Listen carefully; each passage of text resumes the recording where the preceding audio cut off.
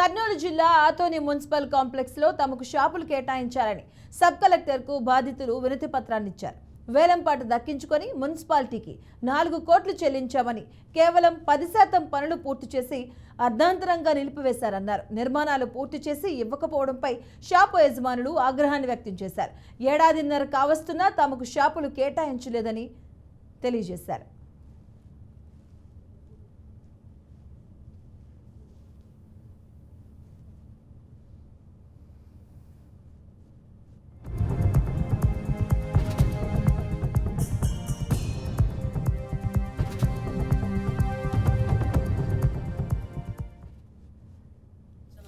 Shop తీసుకున్నాము, 2 సంవత్సరాలు అవుతుంది. ఇంతవరకు ఏమి చెప్పడం లేదు.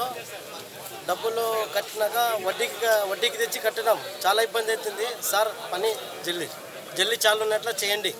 ఒకరు 23 లక్షలు, ఒకరు 15 లక్షలు, ఒకరు 12 లక్షలు వాళ్ళు పాడిన పాటల ప్రకారం డిపాజిట్లు చెల్లించి మున్సిపాలిటీ వారికి అందజేశారు.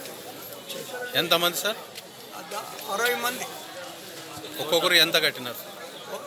వాళ్ళు పాడిన పాట బట్టి ఒకరు 63 లక్షలు పాడితే దాంట్లో 4వ వంతు, 40 లక్షలు పాడిన వాళ్ళు 4వ వంతు, 20 లక్షలు పాడిన వాళ్ళు 4వ వంతు, ఆ ప్రకారంగా 4 కోట్లు మున్సిపాలిటీ వారికి చెల్లించినారు.